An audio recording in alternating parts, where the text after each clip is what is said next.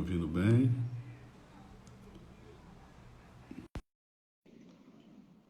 Eu estou chamando aqui nosso convidado agora das... Ah, olha aí, ó. É muita glória. E aí, Nosso, mestre? nosso querido pastor Luiz Tudo na Arcanjo. paz? Tudo na E a paz, forte? tudo na paz. Tudo bem, Luiz? Oh, que bom estar aí na sua live, que bom poder falar contigo. Que Rapaz, bem. a alegria toda minha. Opa, Como que estamos estão aqui. esses dias aí, Luiz? No Rio de Janeiro, como que estão as Rapaz, coisas por aí? sim, né? Por um lado, por um lado é muito chato ficar preso o tempo todo em casa, mas por outro é muito bom também. A gente tem curtido bastante a família, os filhos, e eu tenho tirado um tempo para desengavetar alguns projetos que há muito tempo eu falo, não, esse ano eu vou fazer, e nunca faço. Agora eu decidi, essa quarentena está me permitindo fazer, que é, por exemplo, escrever Uau! um livro. Escrever um livro. Uau, uau, uau, uau! É, Você vem está escrevendo um novidade livro? por aí. Hã? Você está escrevendo um livro? Sim, estou desencravando um projeto ministerial que seria uma escola É. para ministros, né? Uma escola para Ok. ministros. E o livro, além de ser a fonte de consulta dessa escola, ele também vai ser um livro que qualquer pessoa vai poder ler, independente se ela é do ministério ou não. Rapaz, você não Mas sabe o que chegou aqui em casa, você não sabe o que chegou aqui em casa ontem para mim. o quê? Deus e você de. Tá ao contrário, que eu não estou conseguindo. Ah, o Deus e seu você, livro?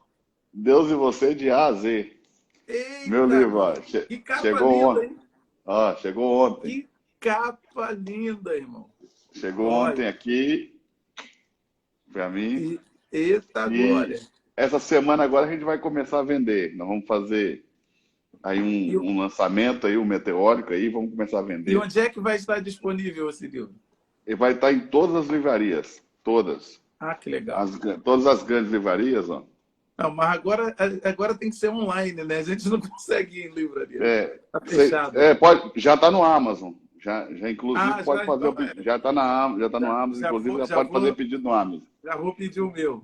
São 23 princípios aqui essenciais para uma vida espiritual vitoriosa, sabe, Luiz? Falei de coisas assim que eu penso que muitos pastores não gostariam de falar em um livro, né? Mas eu falei sobre adoração, e aí, essa Ou é a sua área. Falei sobre a Bíblia, falei sobre comunhão, falei sobre dízimo, sobre esperança, sobre fruto, sobre gratidão, sobre humanidade, iniciativa. Falei sobre o jejum, um assunto tão falado nesses que dias, né? legal isso aí. Falei Fantástico. sobre a liberdade, sobre o milagre, sobre a novidade de vida. Falei sobre oração, falei sobre poder, sobre o querer, a razão, santidade, né? Existe uma engenharia da santidade que nós precisamos entender, ok? Então, eu falei bastante sobre essa engenharia da santidade. Falei sobre o testemunho, sobre a unção, falei sobre a verdade. Falei sobre um princípio que eu acho que pouca gente conhece, que deixou vivo ou fez morrer alguns homens na Bíblia, que é o Shibolete, e o poder aí, o poder que a língua tem de dar vida ou morte, ok? Eu já ouvi você falando, eu já ouvi você falando disso E aí, já tive também, essa e também falei conversa. sobre zelo. Então, um livro incrível, incrível. O Luiz está saindo Caramba, assim já para vou ganhar, pegar o meu no para Amazon ganhar, hoje ainda. para ganhar o Brasil. Vai estar na Saraiva, na Que Nobel, na legal. Cultura, em todas essas livrarias grandes. Já está no Amazon disponível. E nós também aqui nas minhas redes sociais vamos fazer um lançamento aqui nas minhas redes também essa semana. Que fantástico, que fantástico. Amei, É, que bom. Então, poderoso. eu tô desencravando esse meu projeto também de estar escrevendo aí. Sabe que eu estou gostando muito, né? Um negócio que eu agora comecei a pegar um gosto e eu tô amando. É ótimo, né? É ótimo É escrever. ótimo. Não, aqui eu penso que esse livro vai ajudar muita gente, mas muita gente mesmo. Tá assim, fantástico. Está assim, algo extraordinário, é muito, muito bom. Não foi porque eu escrevi, não, porque eu sou muito crítico à leitura, eu leio bastante, você sabe disso. Sou É, bastante crítico com aquilo que eu leio, então aqui verdade. ficou muito poderoso. Luiz, estamos vivendo Fala aí aí. o princípio das dores, né? A terra está gemendo aí, com dores de parto, com dores de dar à luz, Meu esperando a Deus. manifestação dos filhos de Deus. O plano de Deus, É me verdade. parece, que em Mateus, né, capítulo 24, verso 8, diz que todas essas coisas que nós estamos vendo, né, os rumores de guerra, as guerras, as pragas, tudo isso que a gente está vivendo, os terremotos, maremotos, essas nações se levantando contra nações, né, reinos contra reinos, todas essas coisas parecem ser o princípio das dores, né? É o princípio das dores de parto. A terra está com ânsia de dar à luz, sente dores, né, na expectativa da manifestação dos filhos de Deus. O ponto e o propósito parece que Deus é revelar seus filhos, né? Gálatas 3:26 vai dizer isso claramente, né? Porque Creio todos plenamente nisso. todos são os filhos de Deus pela fé em Jesus Cristo, então todos aqueles que creem e têm fé em Jesus são feitos filhos de Deus. Hebreus 2:10 também vai revelar isso, né? Que o desejo de Deus realmente é gerar filhos e revelar esses filhos ao mundo. E eu creio que a terra está nas dores de parto. E agora, como a gente reagir? Porque tem gente pensando que é o fim, ok? Mas não é o fim, é a hora de manifestarem os filhos, É, ok? é exatamente nisso que eu creio. Eu creio que há um cenário, é óbvio, eu não acho que como muitos podem crer, e eu não tenho problema com quem pensa diferente, que esse vírus foi uma praga enviada por Deus. Eu não penso assim. Porém, eu penso que o cenário, os campos estão brancos. Eu acho que é a hora da manifestação de verdade.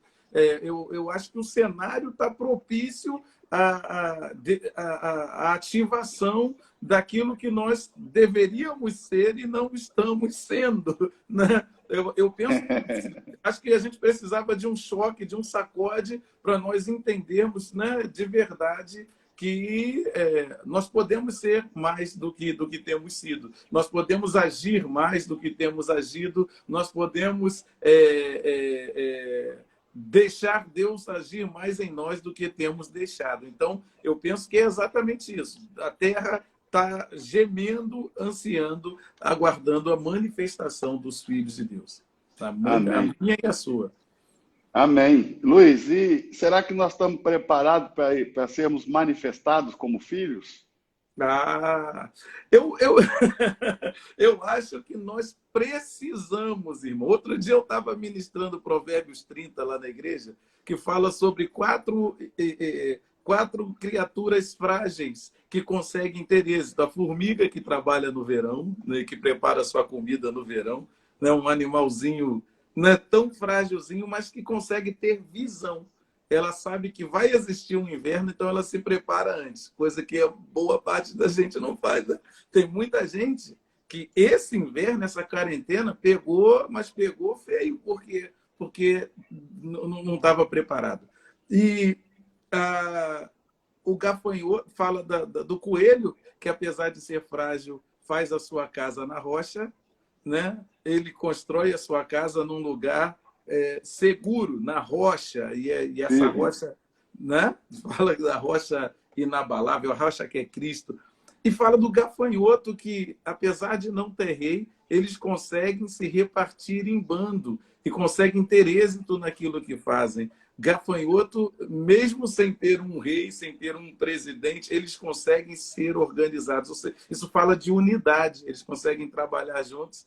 E outra coisa que eu descobri, gafanhoto não voa. Eu descobri que gafanhoto não voa. Eu falei, como não voa se eu já vi nuvem de gafanhoto? Eu estava vendo a Discovery outro dia e eu descobri que o gafanhoto ele tem a capacidade de saltar 200 vezes o seu tamanho. 200 Uau. vezes. E o detalhe é o seguinte, eles só formam aquela nuvem e a nuvem do gafanhoto trata-se do seguinte, aumentou a população de gafanhoto ali na região, eles ficam amontoados um em cima do outro. E quando sopra um vento forte o suficiente para eles crerem que eles consigam voar, que aquele vento consiga carregá-los, eles saltam. Aí você imagina, o que está embaixo e tem a capacidade de saltar muito alto, ele está saltando com alguns nas costas. E esse que está nas costas pega o impulso do outro e vai um jogando. Uma nuvem de gafanhoto jogando o outro para cima. E aí eles vão no vento, vão na força do vento, são capazes de chegar a 3 quilômetros Eu falei, meu Deus do céu, isso é uma aula, né? É unidade. Isso fala de uma unidade que promove, né? Está na hora da gente formar nossa nuvem aqui. Aí eu levantando você, você me levantando e indo É no verdade. vento e pulando o É vento. verdade. E o Pode falar, final desculpa.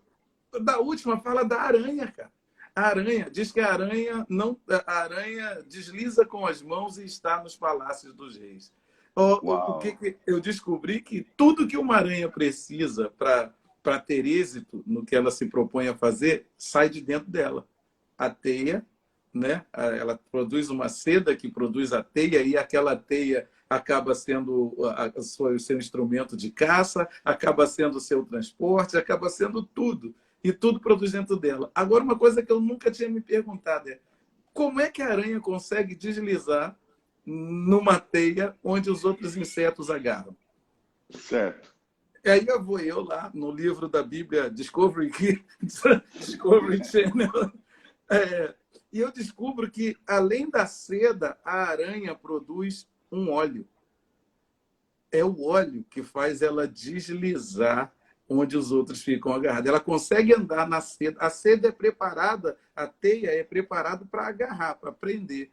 E ela não fica presa por causa do óleo. Isso na hora, quando eu vi na Discovery, eu falei, meu irmão, é a unção para deslizar, a unção para Para não andar onde ficar os outros, agarrado, né? para não ficar agarrado, para deslizar onde os outros travam. E eu penso, eu estava ministrando essa palavra esses dias para a igreja, falando exatamente isso. É um tempo de ativação.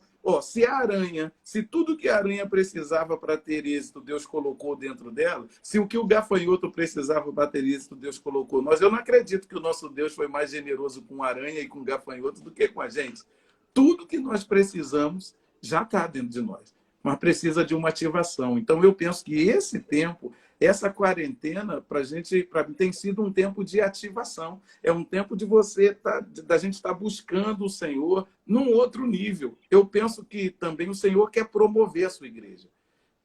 Eu tenho enxergado assim, Deus quer nos promover a um outro nível. Aí é um outro nível de comunhão, de relacionamento, também um outro nível de desprendimento, também um outro nível de ousadia, enfim. Eu penso que a gente vai sair desse tempo transformado. Uau!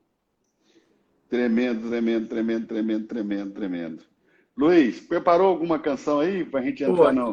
Aqui, pronto, sempre. Olha o que eu quero te propor. Canta aí um pedacinho, um trechinho de uma canção.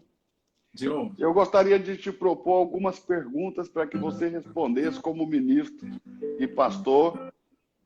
Perguntas sobre nossa vida, sobre nossa condição de crente, sobre nossa igreja, sobre a visão de mundo que nós temos hoje, mas com base em alguns textos da Bíblia que também revelam um pouco de como é o nosso coração, de como deveria estar nosso coração hoje. Sim. Então, se você animar, e vamos deixar a caixa de perguntas para as pessoas aqui, ó. Se você quiser, deixa a sua pergunta aqui para mim, para o pastor Luiz Arcanjo, e no finalzinho nós vamos abrir um tempo aí para responder suas perguntas aí na caixinha de perguntas. Amém. Amém? Vamos lá. Bora lá. Posso enfrentar o que for, eu sei quem luta por mim. Seus planos não podem ser frustrados. Minha esperança está nas mãos do grande eu sou. Meus olhos vão ver o impossível acontecer.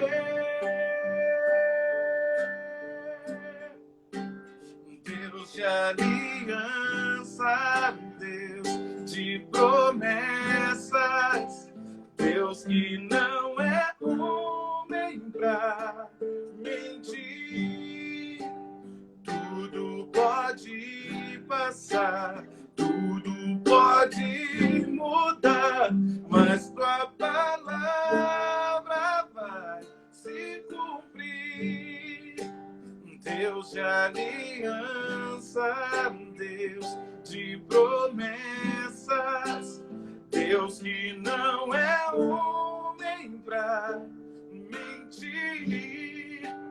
Tudo pode passar, tudo pode mudar, mas tua palavra vai se cumprir.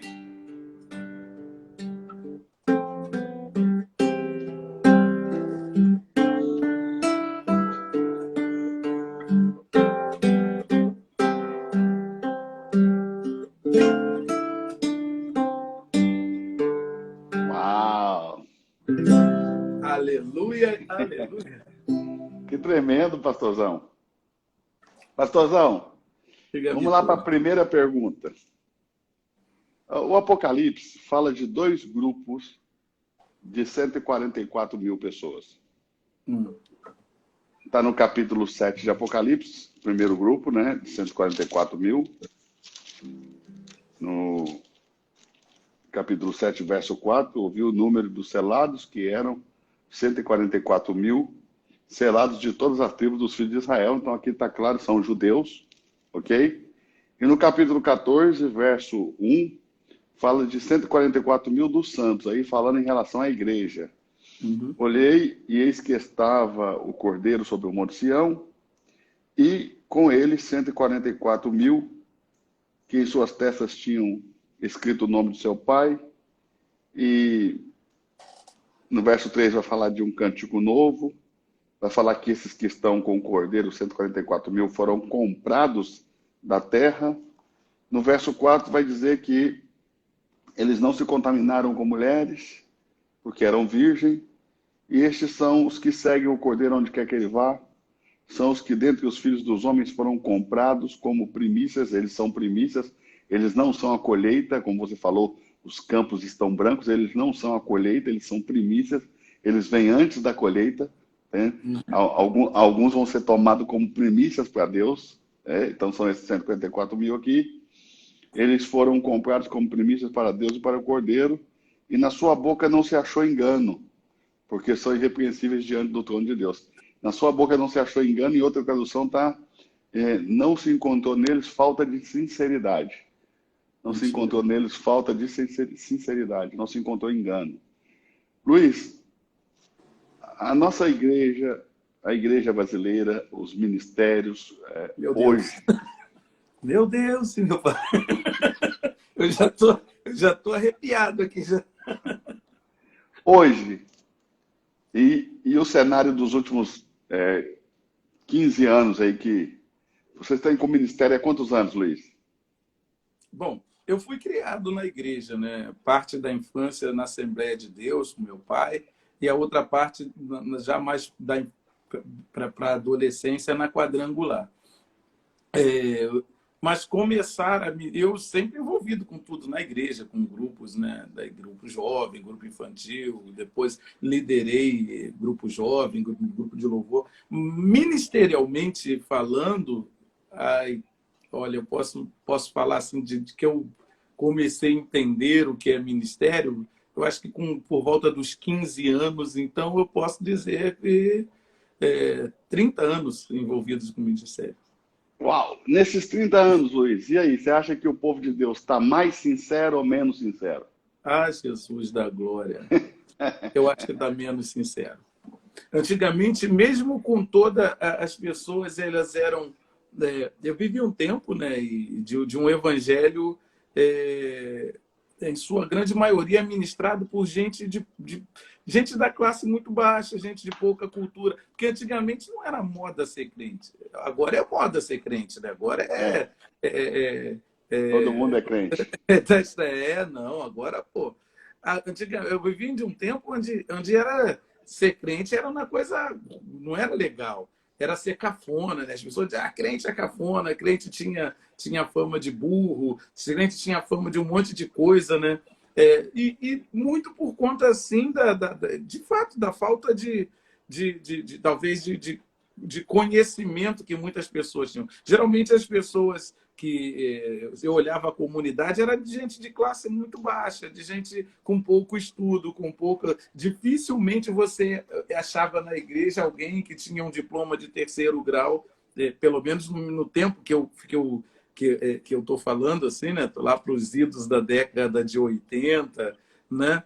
E isso hoje hoje você, poxa, diploma de terceiro grau é super comum. Hoje as pessoas têm mais acesso a mais informação, têm acesso a se formarem. Porém, eu via muito mais sinceridade naquela irmãzinha que, apesar de a gente sabe que não tem nada a ver não cortar o cabelo, não tem nada a ver não botar a calça comprida, mas eu via muito mais sinceridade, muito mais verdade do que a gente costuma ver hoje. Não é só na igreja. A igreja seguiu a tendência do que o mundo, do mundo, né? As pessoas hoje são menos sinceras do que eu penso do que é um tempo. Bom, pode ser que eu esteja equivocado, mas é a Ok. minha impressão. Na questão aqui, esse não se achou neles engano, não quer dizer que eles eram perfeitos, Uhum. mas quer dizer que eles não vendiam uma imagem que eles não Opa! tinham. Ô, Jesus! Esse é o Certo. contexto, ok? Aqui, nós podemos ver isso aqui nitidamente na contraposição aí de Saul e Davi. Que se você analisar ao pé da letra, Saul foi um homem de melhor comportamento que Davi, Sim, não tenha ok? dúvida. Não E tenha dúvida. Davi apresentou mais fraquezas. Davi foi exposto mais vezes que Saul, foi Com exposto com mais certeza. fraquezas, reconheceu mais vezes essas fraquezas e mesmo assim não foi rejeitado por Deus. Porque se achou em É, Davi mais sinceridade do que em Saul. Não que Davi foi mais perfeito ou mais irrepreensível no termo, se você analisar isso aí tecnicamente ou humanamente falando, mas sim que havia em Davi um coração mais sincero. Tipo, cria em mim, ó Deus, um coração, um espírito inabalável, né? Ou seja, já tô declarando para o Senhor que o meu espírito não é assim, né? exatamente. Exatamente. Nós vivemos num mundo plástico, né? Num mundo fake. A gente vive no mundo das redes sociais, das redes, né? A gente vive num mundo onde, poxa, eu duvido, você vai nas redes sociais, eu duvido que alguém poste assim, gente, eu estou todo endividado, meu cartão de crédito está virado, eu estou na minha conta, está no vermelho. Não posta. O cara geralmente posta uma foto encostado numa Ferrari que não é dele, ou na frente de uma casa que não é dele. E ele ainda dá uma tunada na foto, dá aquela emagrecida, tira a ruga. Então, a gente vive nessa era, desse mundo, onde no mundo sabe, da aparência. E acaba que muitos de nós importamos isso para o tipo de evangelho que a gente vive. No evangelho onde a gente posta vídeos, mas isso não quer dizer que nós estejamos de fato adorando ao Senhor. Onde a gente anda, né, e tal, mas isso não é que nós estejamos adorando ao Senhor. É o mundo da E aparência. nem que Então, esteja isso que eu estou quebrantado, falando, eu né? penso que... É... Hã? Isso não quer Não dizer nem que entendi, não esteja vi. quebrantado. Mas que isso não quer dizer nem Não quer mesmo que ele esteja dizer, não quer quebrantado. dizer. Exatamente. Postar um vídeo chorando não quer dizer que você está quebrantado coisíssima nenhuma. Postar um vídeo, sabe, sei lá, parecendo ser cristão, né? Eu acho que a vida cristã, via de regra, eu acho que Deus leva muito mais em conta, né, o secreto, o que os olhos não vê, que os homens não veem, do que aquilo que se manifesta publicamente. Eu acho que porque você o seu verdadeiro eu é aquele do secreto, né? É aquele onde as pessoas não conseguem, não têm acesso, né? Então de verdade eu penso que a igreja precisa, a gente precisa de verdade voltar à rota da sinceridade, sincera. Por que você acha que as pessoas na igreja, Luiz, estão vivendo esse tempo em que é mais importante eu vender a imagem daquilo que as pessoas querem que eu seja do que revelar realmente quem eu sou? Olha, Por que há essa preocupação tão grande em satisfazer as expectativas dos outros? é difícil essa pergunta. Por que isso acontece? Não é tão simples assim, porque pode acontecer, pode ser por N razões. Às vezes, por N razões. Às vezes o que eu sou no secreto é tão ruim, é tão horrível, que eu preciso maquiar em público, né? E eu me engano, eu prefiro mentir para mim, mentir para as pessoas, mostrar aquilo que eu não sou, né? Viver de aparência, viver de mentira, ter dupla personalidade, e, né? Ou às vezes existe a questão do caráter mesmo, de eu já me conformei em estar na lama. Uma coisa que me admira com Davi é o fato de que ele foi repreendido publicamente. Eu não sei quanto tempo ele ficou no pecado lá, com a mulher de um soldado dele. Eu não sei quanto tempo. Eu não acho que foi da noite para o dia, que foi assim, aconteceu uma vez, a mulher engravidou. Eu acho que foi acontecendo. Foi É porque a gente lê a história em 5 minutos, a é, gente tem a ideia de que também ela durou 5 minutos, né? não foi. Eu acho que foi acontecendo, e quando ele foi pego, quando ele foi. O profeta vai na casa dele e fala: olha, esse camarada é você que está fazendo isso. Então ele cai a ficha, e ali o que acontece é que ele se arrependeu. E quando ele se arrependeu, o que parece, ele se arrepende genuinamente, porque Deus aceita, sabe, a oração dele, enfim, ele sofre as consequências do seu pecado, mas Deus levou em conta isso. Então, eu acho que Davi é um exemplo disso, por isso, como você falou de Saul, eu poderia citar um monte de gente que foi muito mais, humanamente falando, assim, né, se fosse só pela aparência, muito mais crente do que Davi. É Aliás, verdade. o Davi, você queria o Davi como membro da sua igreja? O Eu rei não sei, Davi. eu não sei O se ele cara era vivesse aqui hoje, eu ia querer ele como amigo. sai fora. Não sei. Verdade. O cara era briguento, o cara tinha esse problemazinho aí que de vez em quando dava ruim. Não, aí, entendeu? Era mais fácil a gente querer um Saul na nossa igreja do que um Davi. Você sabe que esse momento aí do Natan com o Davi, só para te enriquecer aí com um pouquinho mais de informação, além da grande carga de informação que você já carrega, de sabedoria, Da- de conhecimento, mas só para te enriquecer um pouquinho mais, quando Natan chegou para Davi e contou aquela história, né? Natan propôs para Davi uma história: olha, Davi, tem um homem que tem apenas uma ovelha e tem um outro que tem 100 ovelhas. Aquele homem que tem uma única ovelha e é vizinho desse que tem 100 ovelhas viveu uma situação muito triste, porque o que tem 100 ovelhas recebeu visita em sua casa, recebeu Uhum. amigos em sua casa, e pegou a única ovelha daquele homem que só tinha uma ovelha, matou e ofereceu um banquete para os seus convidados e deixou aquele homem sem a única ovelha. O que você acredita, Davi, que nós temos que fazer com esse homem? Aí Davi falou assim, primeiro, que se lhe matem 4 cordeiros, perdão. Se lhe matem 4 cordeiros, né? Que ele restitua 4 vezes. Que era um costume, né? Você vê que Zaqueu também fala em restituir 4 vezes. Sim. Então, que ele restituiu 4 vezes. Depois matem ele. Ele dando sua própria sentença. Aí Natan propõe falando assim, Davi, o homem é você. Né? Meu Deus. Ou seja, o homem que só tinha uma ovelha é o pai de Urias, ok? E o homem que tinha 100 ovelhas é Davi, que é o rei de Israel. Então ele diz, o homem é você. E Davi, então, vai viver isso aí, né? Exatamente o juízo que ele determinou sobre o próximo. Você está travado aí, Luiz. Será que você está no 4G ou está no Wi-Fi? O Wi-Fi.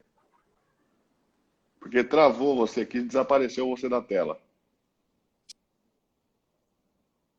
Tenta ver aí se se você coloca no 4G aí ou no Wi-Fi. Tenta mudar aí, para a gente ver se melhora. Aí Melhorou? melhorou. Aí. Estava travando no Wi-Fi. Então, Davi propõe essa história para Natan, e Natan fala, olha, o homem é você, Davi. E o juízo que Davi determinou sobre o próximo caiu sobre ele. essa é uma coisa que os crentes às vezes não assimilam, né? Jesus disse, com a medida que medir será medido, com a vara que você julgar, você vai ser julgado. Meu Jesus da glória, Pai Aliás, eterno. com a medida que medir será medido, com a vara que medir será medido, com o peso que julgar será julgado. Então, como Davi disse isso aconteceu com ele. Um dos filhos de Davi, Amon, violentou sexualmente a própria irmã Tamar. Ok? Sim. Aí veio Absalão e matou Amon. Sim. Então, Davi perdeu o primeiro cordeiro. Ok? Sim. Depois veio o filho da Betseba, que é o filho do adultério, que a Betseba engravidou. Davi orou, mas não adiantou, morreu o menino. Rapaz, já fiz a conta aqui. Segundo cordeiro.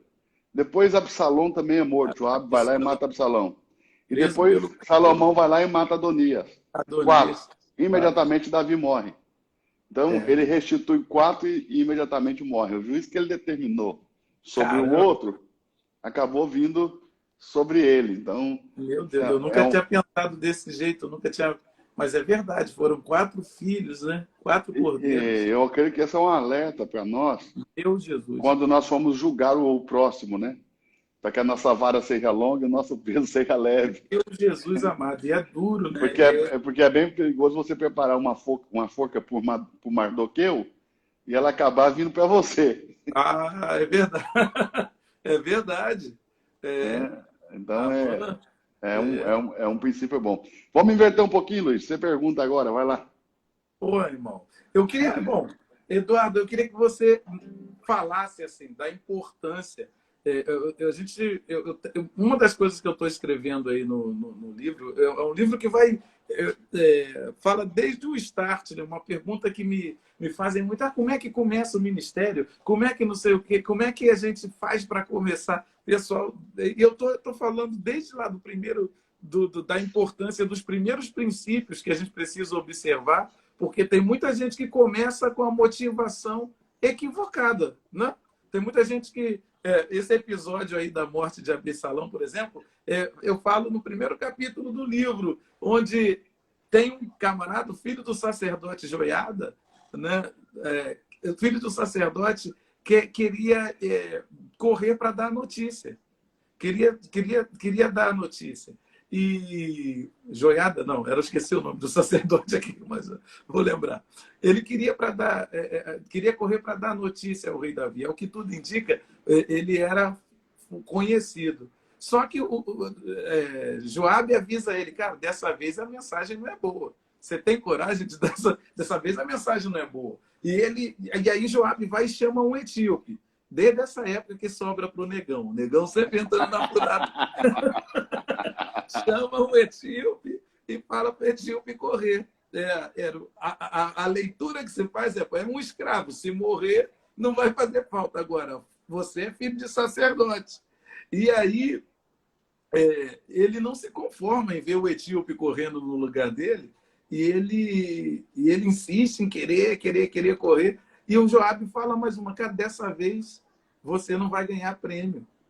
Dessa vez a mensagem não é boa, dessa vez você não vai ganhar prêmio, dessa vez não tem mensagem conveniente. Ou seja, eu falo no primeiro capítulo das razões por que você quer começar um ministério. Por que você quer ser um ministro do Senhor? Né? Você conhece esse cara aqui atrás? Aqui, ó. Por que você quer ser um ministro do Senhor? Então, como é que você começou? E por quê? O que te levou, o que te motivou a estudar tanto? Eu sei que você é um camarada dedicado assim, ao aprendizado e ao ensino da palavra. Eu tenho testemunhos seus assim, absurdos, e eu sei que você é alguém que se dedica muito a aprender. Por que é que você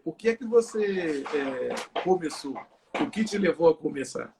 Bom, eu comecei naturalmente. E eu acho que é assim que deve começar todo e qualquer ministério. De forma muito natural. Eu comecei pelo chamado.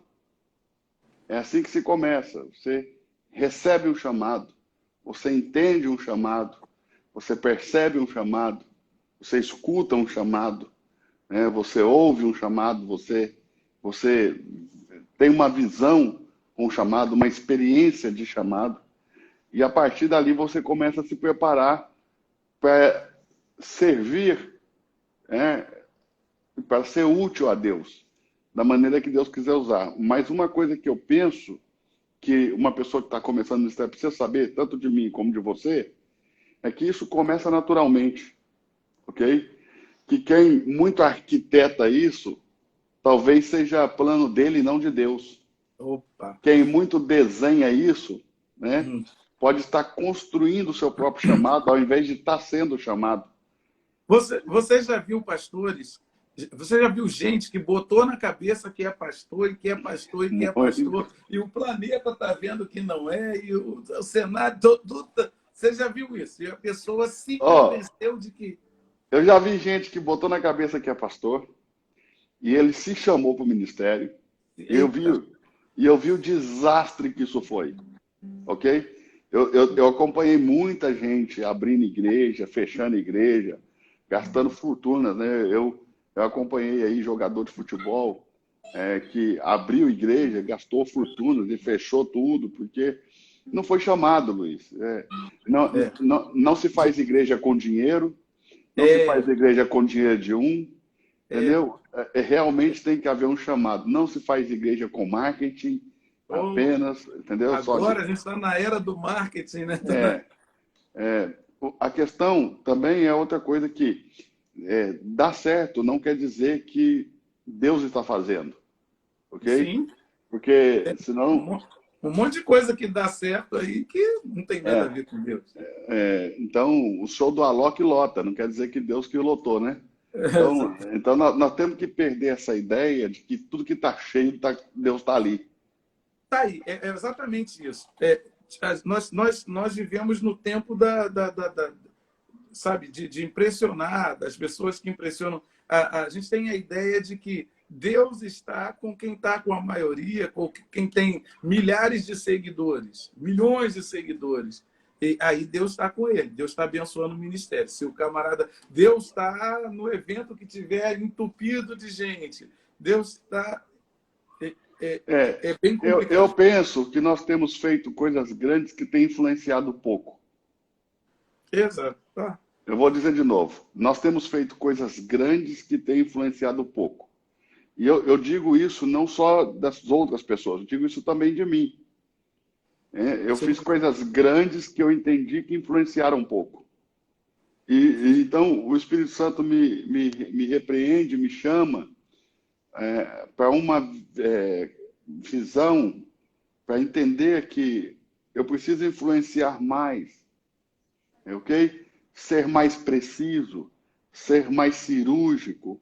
Não requer fazer coisas grandes, coisas que dão certo, ou coisas que estão cheias, porque eu lotei nos últimos 2 anos, você sabe, a Escola do Reino, como eu acredito que nenhuma outra escola de Bíblia que você anuncie só um cara ensinando Bíblia, eu não vi ninguém fazer. Pode ter acontecido aí fora do meu tempo. No meu tempo, eu não vi ninguém fazer. Nós anunciamos apenas eu ensinando Bíblia e nós colocamos num dia 5.000 pessoas para assistir Bíblia em 2 horários. Foi um negócio assim incrível. Nós matriculamos 5.000 pessoas. Você esteve lá num dos horários, lá você viu isso aí. A fila deu filas de quarteirões para trás ali para entrar. Ok? Mas quando eu fui analisar, avaliar o que realmente sobrou daquilo, sobrou muito pouco. Então eu acabei entendendo, e também sendo chamado pelo Espírito Santo, também por líderes, né? Tem pessoas aí que falam na minha vida, que são mentores, que são pessoas que realmente eles detêm uma autoridade de Deus sobre a minha vida, ok? Que não foi nem sequer eu que dei essa autoridade. Deus deu a eles essa autoridade, eu só reconheci essa autoridade. E me chamaram para falar sobre coisas que são mais importantes do que fazer algo grande, mas ser mais eficaz, ok? E aí Deus trouxe para mim uma palavra através de um líder a respeito de Lucas, ok? E Lucas escreveu ali o Evangelho de Lucas, escreveu Atos dos Apóstolos, e se você ver como que ele começa Atos dos Apóstolos e também como ele começa o Evangelho de Lucas. Eu vou pegar aqui só para você ver como que ele começa aqui, Lucas capítulo 1. Ele vai começar dessa maneira aqui, ó.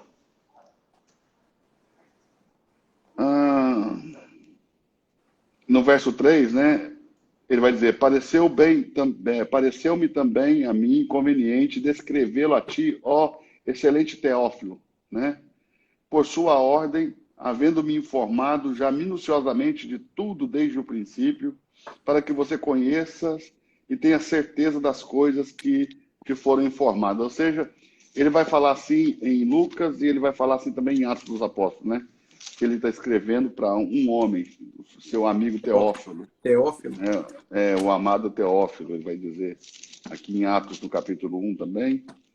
Aqui, ó, fiz o primeiro tratado, ó Teófilo, acerca de tudo que Jesus começou, não só a fazer, mas a ensinar. Então, a preocupação de Lucas era escrever para Teófilo, era escrever para um homem, né? Lucas é um médico grego, você sabe disso. Sim. Ele se converte aí, provavelmente discipulado por Paulo, era um discípulo direto do apóstolo Paulo, ok? E ele deixa a medicina de lado, deixa a vida dele, e ele investe tempo, ele investe recursos, ele investe sua vida em pesquisar fatos, em fazer ali uma pesquisa minuciosa de tudo que tinha sido dito, de tudo que o Senhor Jesus começou a fazer, de tudo que ele começou a ensinar, para garantir a um homem, de que tudo aquilo que tinha sido dito era verdadeiro e que ele podia confiar. Ou seja, Lucas escreve o Evangelho e escreve Atos dos Apóstolos, né? Que a princípio era um só escrito, isso foi depois separado, mas ele escreve tudo isso em 2 tratados. Para quê? Para que um homem tenha segurança de que tudo que de Cristo que foi dito sobre Cristo é verdade, que esse homem não se perdesse. Então, tudo isso foi feito por amor a um homem. Lucas não sabia que o livro dele ia entrar no cânon, Lucas não sabia que o livro dele ia ser traduzido em um monte de idiomas, Lucas não sabia que o livro dele ia ser o livro mais vendido do mundo, porque Lucas e Atos está no livro mais vendido do mundo. A Bíblia é o livro mais vendido do mundo. Então ele não sabia que ele ia estar na lista dos mais vendidos, ele não sabia que ele ia sair na lista da Veja, ele não sabia que ele ia sair na lista do Times como mais vendido do mundo. Ele não sabia nada disso, ele só preocupou com o homem. Ou seja, o que Lucas fez aparentemente era muito pequeno. Ou seja, eu vou parar minha vida por amor a um homem, para que um homem não se perca. E olha o que acabou acontecendo, ele acabou influenciando de uma tal maneira que esses 2 tratados entraram no cânon bíblico e influenciou o mundo inteiro, foi traduzido para mais de 2.000 idiomas, ok? E ganhou o mundo inteiro e se tornou o livro mais vendido do mundo, mas Lucas não sabia disso. Então, essa é a motivação, sabe, Luiz? Fazer coisas por amor, fazer coisas para ser preciso e influenciar por aquilo que Deus vai fazer a partir daquilo que eu fiz. Ok? E não influenciar a partir do que eu faço, a partir daquilo que Deus fez. Tem hora que a gente, às vezes, né, em vez de deixar Deus soprar o vento, a gente só levantar a vela e deixar Deus soprar, a gente quer remar junto com Deus, né? Exato. Tem hora que a gente quer remar junto com Deus e não dá. E aí é onde a gente começa a ter problemas.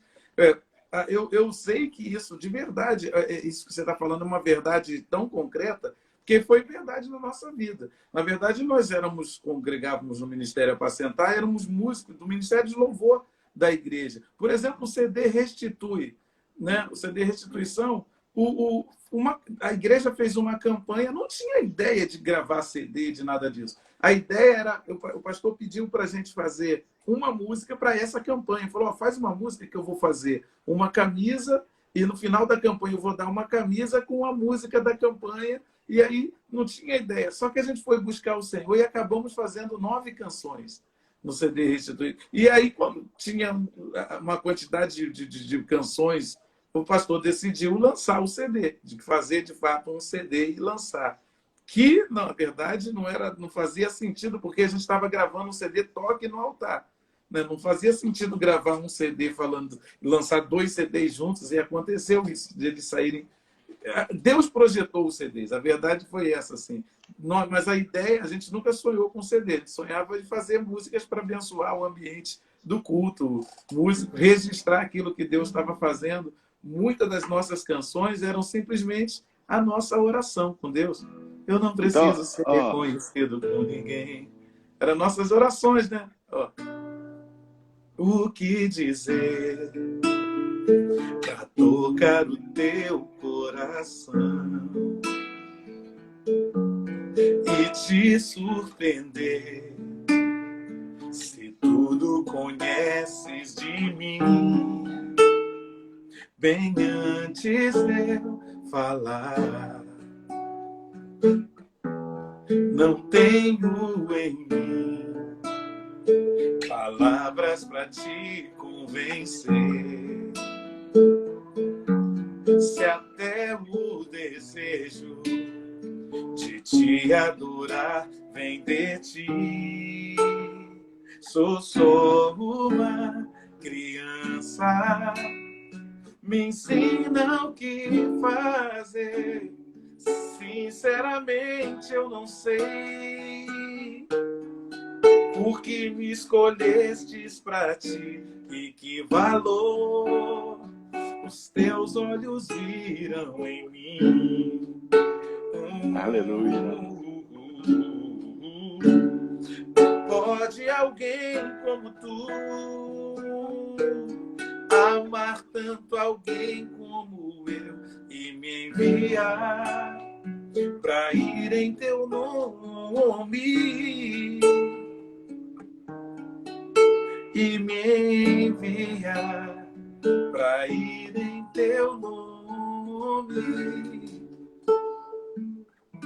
Era só a gente musicando uma oração, as orações que É nós isso fazíamos. aí. E aí Deus decidiu Natural e projetar. autêntico. É isso. Natural e autêntico. Ministério só é ministério quando ele é natural e autêntico. Nós temos muitos ecos onde É, nós deveríamos ter vozes. é. O que é o eco? É o imitador. E hoje nós temos imitadores de imitadores. O que eu estou dizendo? Verdade.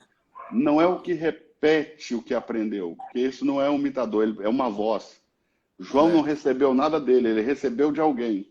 E ele foi uma voz clamando no deserto. É Ele não foi verdade. um eco.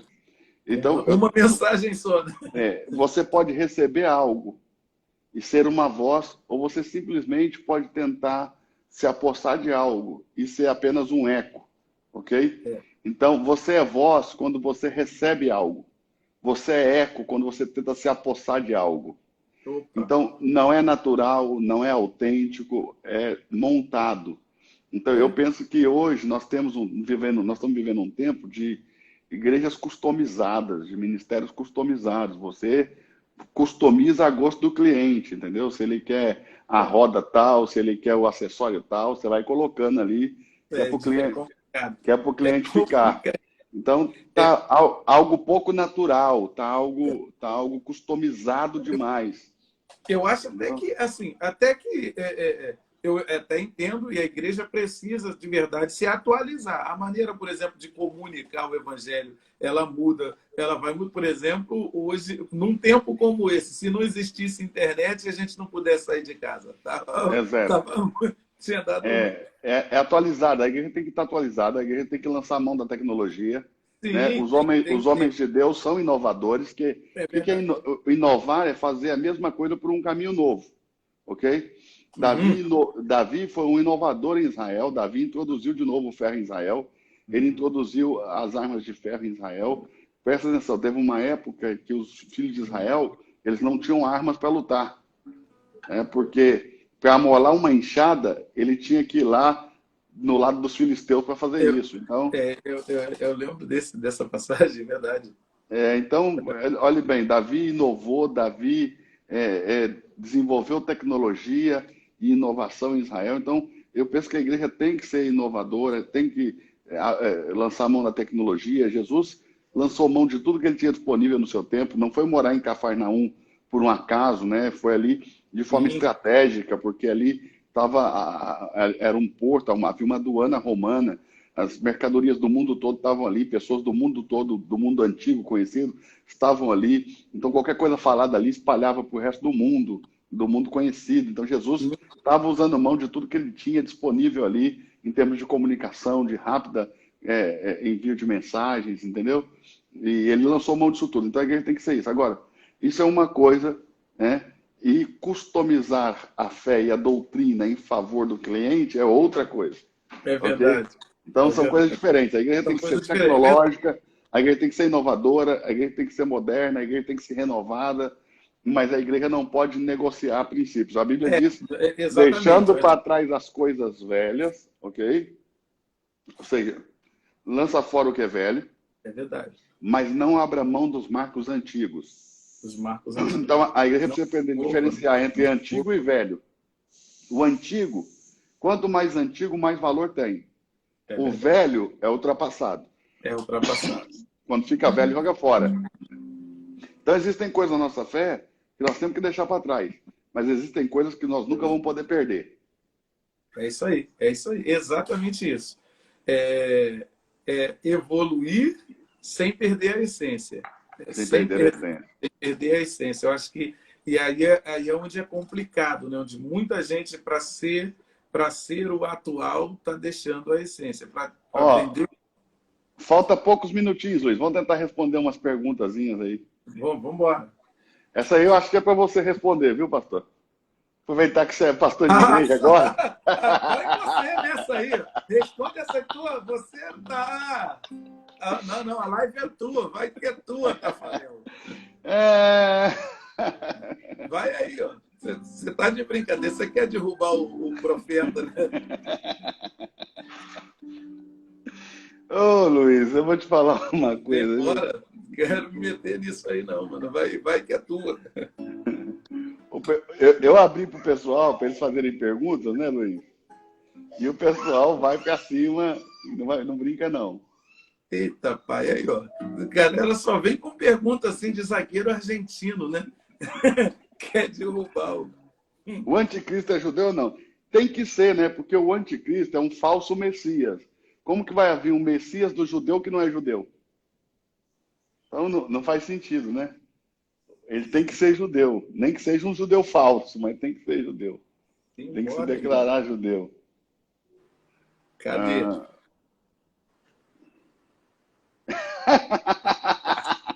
Os caras. Isso aí, quem é isso?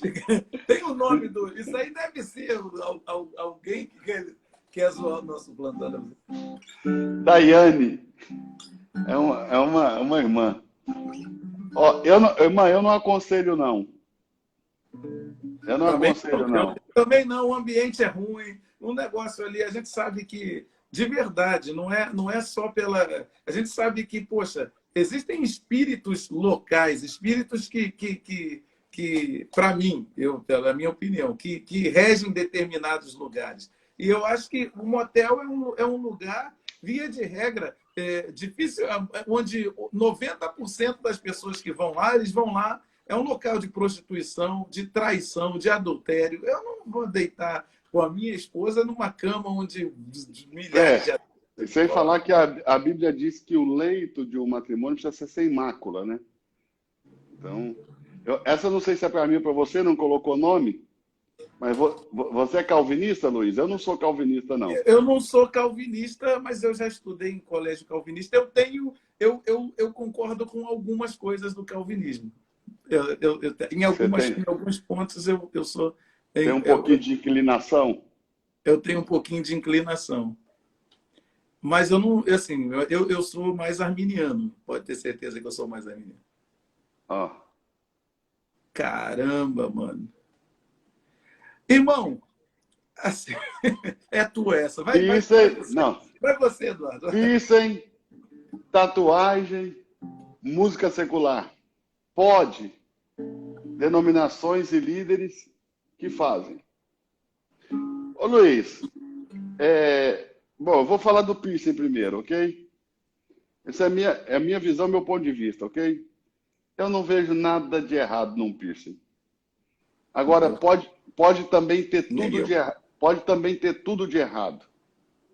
Vai depender muito de quem pôs, por que pôs, como isso foi feito, em que quantidade, depende de uma série de coisas. Então, esses são casos que eu penso que devem ser analisados meio que caso a caso. A tatuagem, a mesma coisa, ok?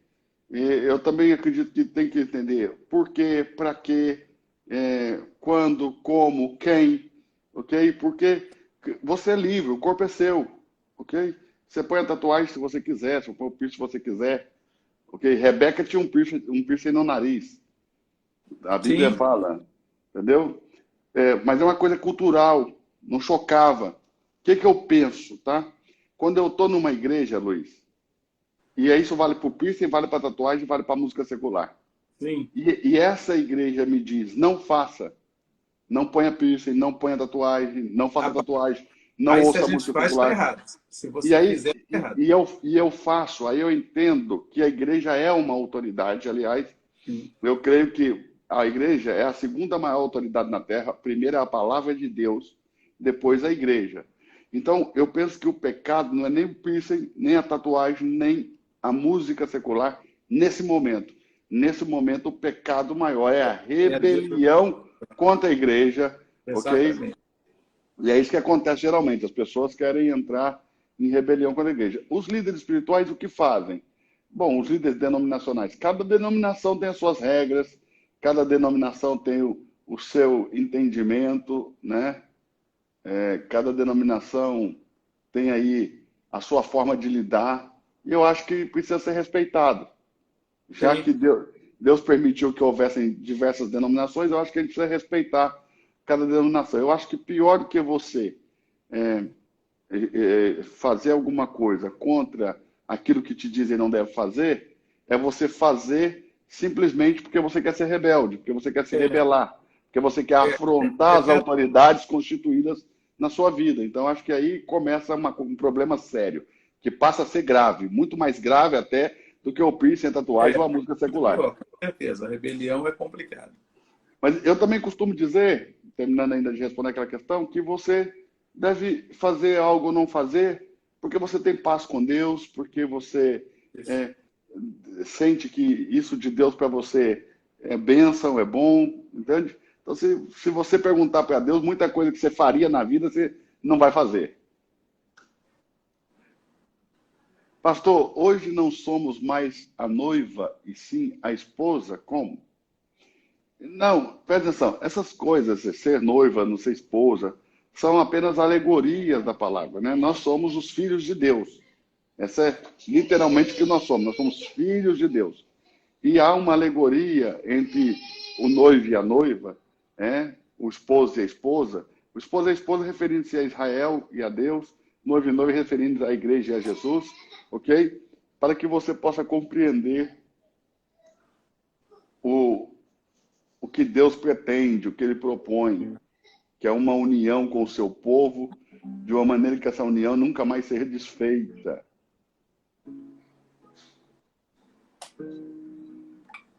Ah, Luiz, essa aí fica para você, ué. É correto pôr um obreiro de banco? Depende, depende do que ele fez. Depende do que ele fez.